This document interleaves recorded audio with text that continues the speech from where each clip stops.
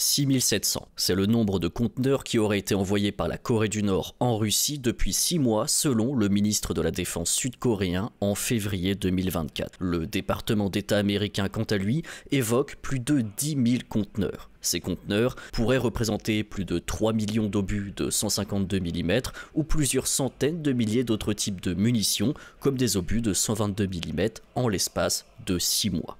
En retour, 9000 conteneurs auraient fait le chemin inverse, principalement pour remettre des produits alimentaires à la Corée du Nord. Ces éléments semblent donc confirmer notre vidéo faite il y a 6 mois sur le partenariat entre la Russie et la Corée du Nord qui venait de s'amorcer. Souvenez-vous, en juillet dernier, le ministre russe de la Défense avait rencontré le dirigeant nord-coréen Kim Jong-un à Pyongyang. On expliquait alors ce que cherchaient les deux parties, des munitions pour la Russie, qui est passée dans une phase d'initiative sur le front en Ukraine, et donc de consommation plus large d'obus.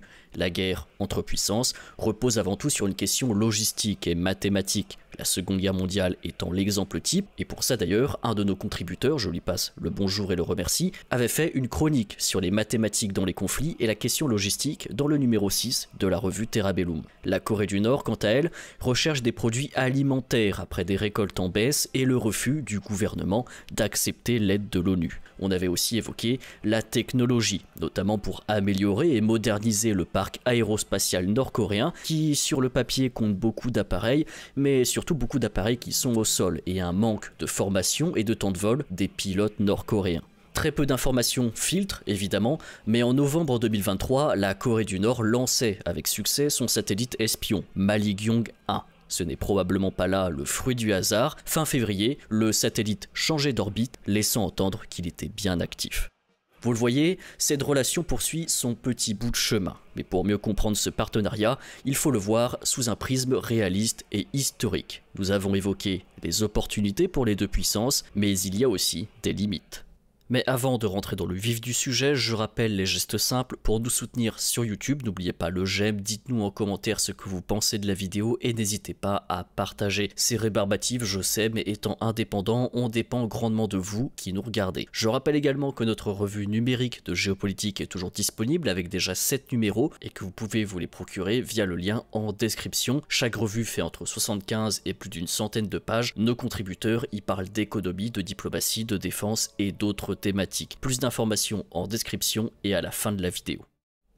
Moscou tente de forger des liens plus forts en Asie dans un contexte de sanctions occidentales, tandis que Pyongyang cherche des alternatives à la Chine pour l'aider à résoudre ses problèmes économiques et donc sociaux. En réalité, il existe une foule de raisons géopolitiques, historiques et idéologiques de suggérer que ce n'est pas le début d'une nouvelle alliance, mais tout simplement un partenariat qui s'inscrit dans une continuation historique ou plutôt le retour d'un partenariat.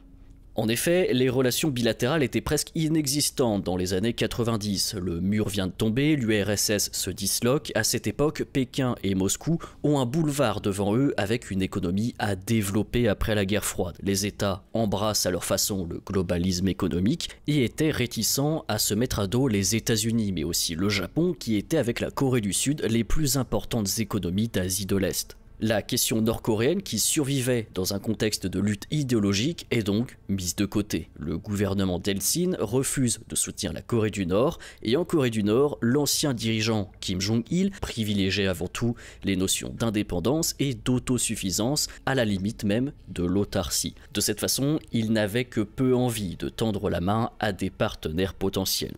Comme on le disait dans notre précédente vidéo, les années 90 sont difficiles pour la Corée du Nord qui s'isole avec la disparition du bloc communiste et souffre aussi de crises sanitaires et de famine. Pour la première fois de son histoire, la Corée du Nord sort même de son isolement et demande une aide humanitaire en 1995.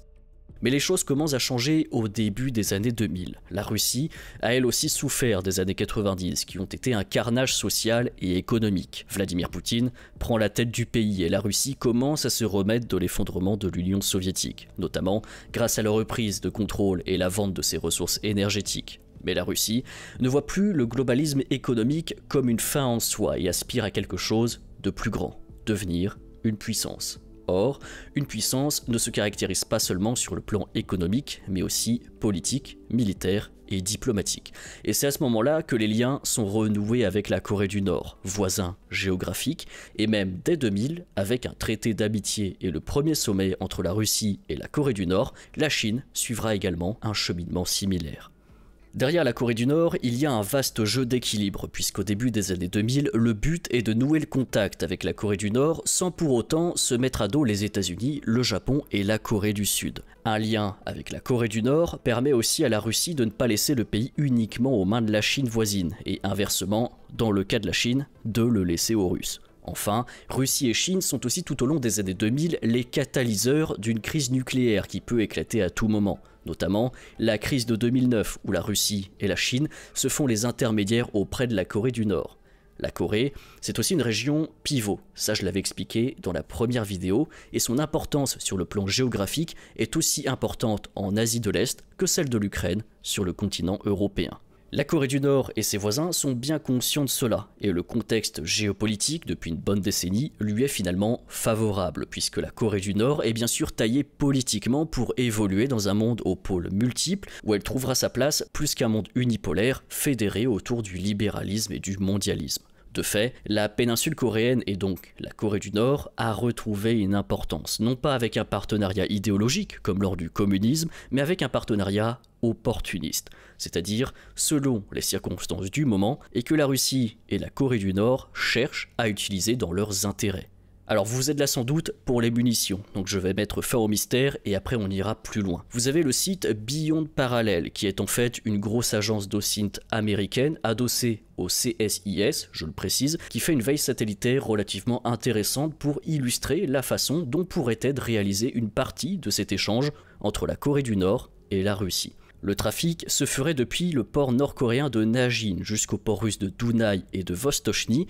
La plupart des navires coupent d'ailleurs leur AIS lors du voyage pour ne pas être détectés. Le fret ferroviaire quant à lui entre la Corée du Nord et la Russie se ferait via le point de passage de Kazan-Tumagang.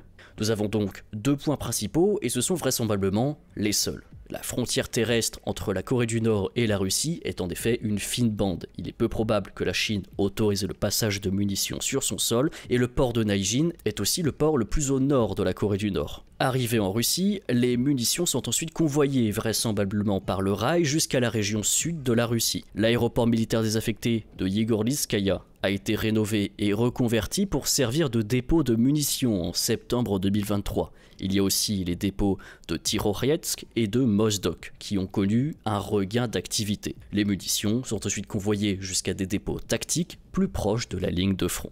Mais concrètement, exploiter une opportunité diplomatique avec la Corée du Nord, c'est une chose, mais cultiver une véritable coopération économique et militaire sur le long terme, c'en est une autre.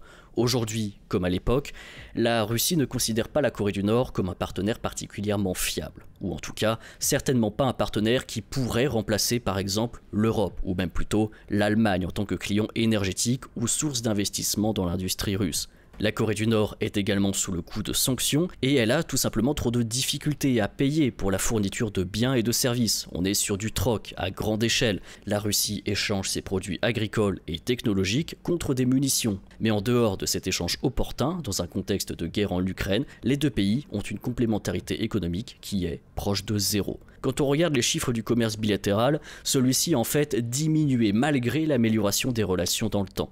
Voilà un graphe fait maison qui contient le total des échanges en millions de dollars entre la Russie et la Corée du Nord. J'y ai regroupé la valeur totale des imports et des exports à partir des données fournies par l'ONU. On constate un pic en 2005, puis un effondrement vers 2009 au moment de la crise dans la péninsule coréenne, puis une stabilisation entre 50 et 100 millions de dollars par an, jusqu'à repasser en dessous des 50 millions de dollars par an à compter de 2018. Ensuite, en 2022, il n'y a hélas plus de données disponibles, mais fin 2023, les officiels russes évoquaient dans la presse russe environ 30 millions de dollars d'échanges commerciaux. C'est très peu. La Russie n'est pas aussi le premier partenaire commercial de la Corée du Nord. La Chine a elle seule assuré en 2022 99% des importations en Corée du Nord et recevait 70% de ses exportations. Je vous place ce graphe qui compare en orange le commerce total de la Corée du Nord et en bleu le commerce total avec la Russie. Vous ne voyez presque rien, c'est tout à fait normal, et en effet, vous pouvez même noter que la période du Covid a complètement sapé l'économie nord-coréenne, si on peut l'appeler comme ça, à cause de la politique zéro Covid qui était imposée par la Chine.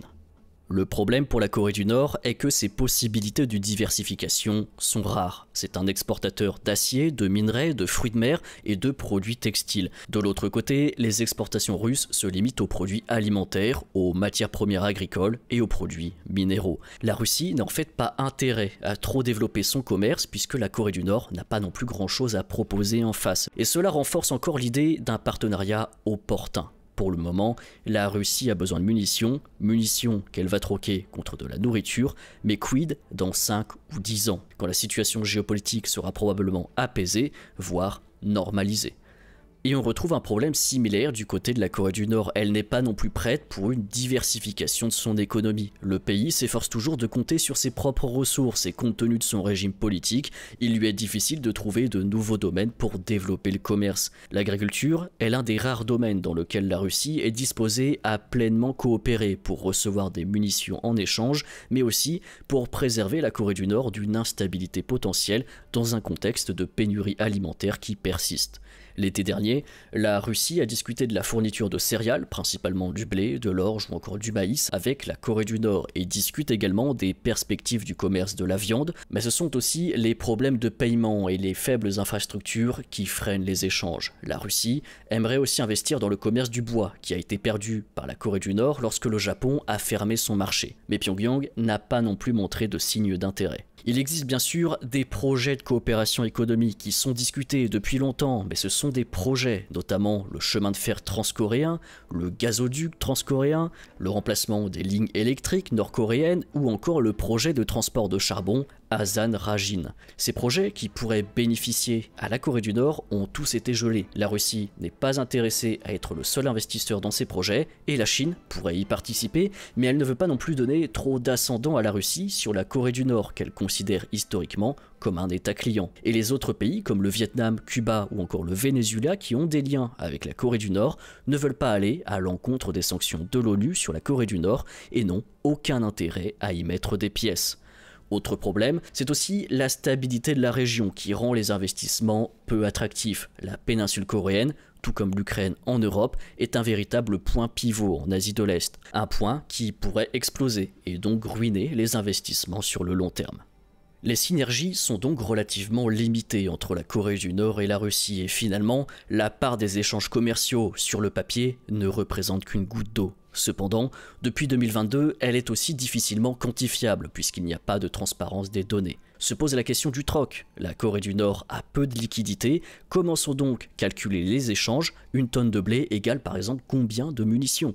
Mais en dehors des munitions, est-ce qu'il y a autre chose que la Corée du Nord pourrait monnayer à la Russie dans ce contexte géopolitique actuel? Eh bien oui, il y a autre chose, et notamment de la main-d'œuvre. Alors ce n'est pas une nouveauté, ça existe depuis la fin de la Seconde Guerre mondiale. Le sujet est revenu sur la table lors de la réunion du club Valdai 2023 en Russie, où une note stipule ce que je vous ai dit précédemment, c'est-à-dire que la Corée du Nord est peu attractive, a peu de liquidités, et que le commerce se fait souvent à perte, mais que la main-d'œuvre nord-coréenne est un échange qui pourrait être mutuellement bénéfique pour les deux pays, en ramenant de la liquidité en Corée du Nord d'un côté, et en s'occupant des tâches ouvrières dans une Russie qui manque de main-d'œuvre de l'autre. La note stipule également qu'ils étaient 35 000 en 2015 en Russie et que doubler ce chiffre aujourd'hui serait tout à fait concevable. Cette main-d'œuvre nord-coréenne, peu qualifiée, s'occupe de tâches basiques, par exemple dans les exploitations agricoles, les chantiers ou les usines. Régime nord-coréen oblige, les ouvriers sont réunis en brigades de travailleurs, souvent d'une cinquantaine d'individus, avec cuisiniers et commissaires politiques. Ont un logement et un contrat dédié. Ces brigades existent en Russie, même si le sujet est bien sûr peu documenté. Et bien sûr, le Conseil de sécurité de l'ONU, dont fait d'ailleurs partie la Russie, soit dit en passant, condamne l'utilisation de la main-d'œuvre nord-coréenne. Mais tout comme il condamne aussi théoriquement l'exportation de munitions. La question c'est est-ce que, grâce à cette main-d'œuvre, la Corée du Nord parviendra à obtenir ce qu'elle cherche en dehors de la nourriture? Je parle bien sûr de la technologie et de l'équipement militaire pour moderniser, rénover et améliorer son parc militaire, principalement aérospatial. Depuis les années 80, les importations d'armes russes ont chuté en raison de différents politiques et surtout d'une faible capacité de financement de la Corée du Nord. Ses faibles capacités de financement sont encore actuelles. La Corée du Nord, je le répète, n'est pas un partenaire commercial fiable si vous voulez vous faire payer en monnaie sonnante et trébuchante, et ce qu'elle peut proposer comme des matières premières n'est d'aucune utilité pour la Russie. Cela pose donc problème du point de vue de la Corée du Nord, puisqu'une bonne partie, pour ne pas dire l'intégralité de sa force aérospatiale, en plus d'être obsolète, est clouée au sol. Les améliorations et les mises à jour proviennent de systèmes russes qu'il lui faut acquérir. Et pour diverses raisons, la Russie ne semble pas vouloir franchir le pas, ou tout du moins pour le moment. Elle ne pourra en effet pas non plus devenir un fournisseur exclusif d'armes à grande échelle pour la Corée du Nord, comme elle l'était dans les années 50. La Russie a besoin d'armes, non seulement pour la guerre en Ukraine, mais aussi pour reconstituer ses stocks après la guerre, et il y a aussi un aspect diplomatique. Nous sommes en 2024, mais quid du monde dans 10 ans ? Dans 20 ans, la Corée du Nord a toujours été perçue dans la région comme un vecteur d'instabilité, que ce soit par la Russie ou la Chine, mais aussi et surtout par la Corée du Sud et le Japon. Or, la Corée du Nord est un nain commercial. Les échanges avec la Russie se comptent, vous l'avez vu, en quelques dizaines de millions de dollars, et le rapprochement actuel est davantage opportuniste, pour remplir un besoin précis, celui d'avoir des munitions en quantité. Les puissances sud-coréennes ou japonaises proposent des échanges commerciaux bien plus lucratifs, même si les sanctions ont fait chuter pour près de la moitié les échanges commerciaux. Pour la faire courte, la Corée du Nord, ni pour la Chine ni pour la Russie, ne vaut la peine de s'aliéner complètement ses voisins. L'objectif sino-russe n'est pas non plus de faire briller la Corée du Nord, mais simplement de la maintenir à flot, que ce soit en évitant des famines qui pourraient sceller la fin du Juche ou en la dotant de quelques technologies qu'elle réclame. C'est pourquoi, tout en surveillant de près l'évolution de cette relation, il ne faut pas, pour le moment, surestimer le rapprochement entre la Corée du Nord et la Russie, qui est une question de commodité avec de nombreuses limites, commerciales, géographiques, et ne serait-ce que par le poids de la Chine en Corée du Nord. Dans un cadre historique plus large, nous sommes plus proches de solutions à court terme pour résoudre des objectifs à court terme que d'un véritable retour aux relations militaires et économiques sans concession du temps du communisme. Que deviendra le partenariat entre la Russie et la Corée du Nord à long terme? La Corée du Nord pourra-t-elle obtenir véritablement une modernisation de son parc aérien? Et surtout, quid de l'équilibre géopolitique dans la péninsule coréenne? Si cette vidéo vous a plu, mettez un j'aime et partagez-la, on dépend surtout de votre soutien. La revue Terrabellum est toujours disponible, le dernier numéro porte sur le continent européen avec plus de 100 pages. On y parle des défis migratoires de l'Union européenne, la relation France-Allemagne, la guerre en Ukraine, la neutralité suisse, divers concepts économiques et géographiques. Vous pouvez vous rendre sur le site Issou et consulter le sommaire. Le prochain numéro est en cours de préparation, il portera sur le continent africain. Je rappelle que nous sommes ouverts aux contributions. Le but de la revue, c'est aussi de faire connaître des profils compétents qui n'ont pas nécessairement d'espace pour publier. Alors vous pouvez nous envoyer un mail à l'adresse auteur@terrabellum.fr. Encore merci à tous pour votre fidélité et à très bientôt.